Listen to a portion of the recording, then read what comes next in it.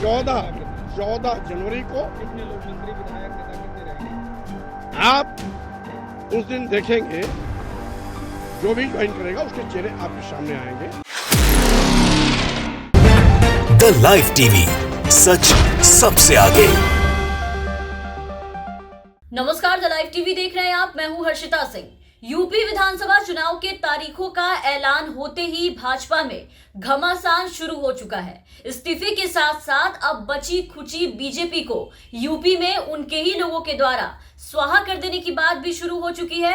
कोई कह रहा है कि भाजपा को तोप से दाग कर उड़ा देंगे, तो कोई कह रहा है कि यूपी से भाजपा के अंत होने की जो तारीख है वो नजदीक होते जा रही है, ऐसी चेतावनी दी जा रही है। और आपको जानकर बड़ी हैरानी होगी कि भाजपा का अंत करने की ठानने वाले ये नेता कोई और नहीं बल्कि बीजेपी के अपने स्वामी प्रसाद मौर्य हैं, जो इस्तीफा देते के साथ ही इनके तेवर काफी ज्यादा बागी हो गए हैं। ये काफी ज्यादा बीजेपी के खिलाफ हो गए हैं। पार्टी छोड़ते ही अब स्वामी प्रसाद मौर्य जो है वो भाजपा को धमकी पे धमकी दिए जा रहे हैं। ये कह रहे हैं कि ऐसा तोप दागूंगा कि उस तोप से भारतीय जनता पार्टी के नेता एक झटके में स्वाहा हो जाएंगे।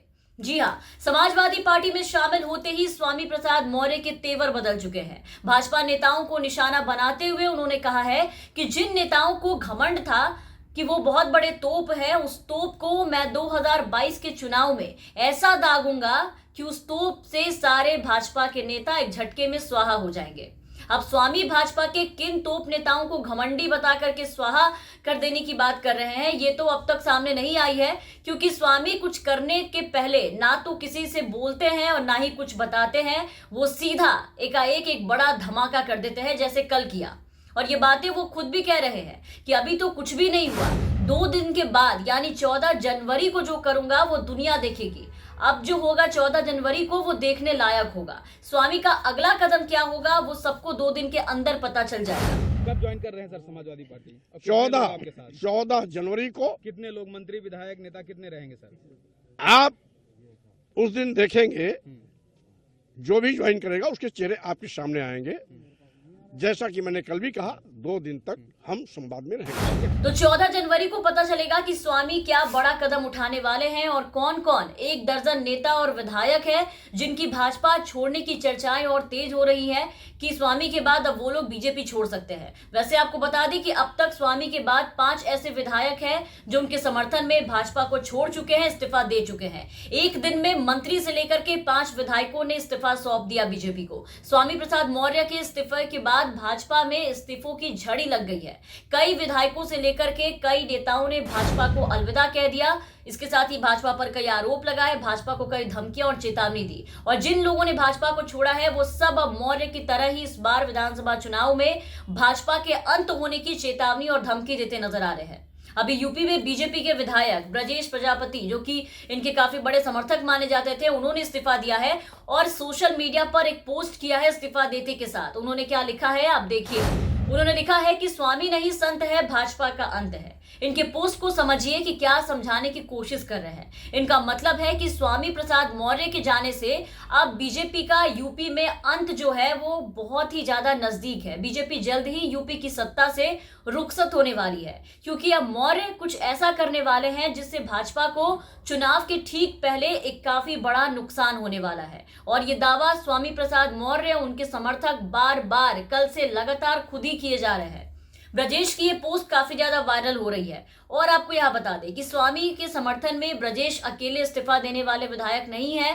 हमने आपको बताया कि अब तक कुल 5 विधायक ऐसे हैं जो कल स्वामी प्रसाद मौर्य के इस्तीफे के बाद बीजेपी की छोड़ने की बात उनके सामने आई। वो लोग 5 लोग जो थे वो इस्तीफा दे चुके हैं और दावा अभी और विधायकों के पार्टी छोड़ने का किया जा रहा है कि आने वाले 2-3 दिनों में और भी लोग बीजेपी से अलविदा होंगे। तो उत्तर प्रदेश चुनाव के ऐन वक्त में अब प्रदेश की राजनीति में वो हो रहा है जिसका शायद ही भारतीय जनता पार्टी ने अंदाजा लगाया होगा।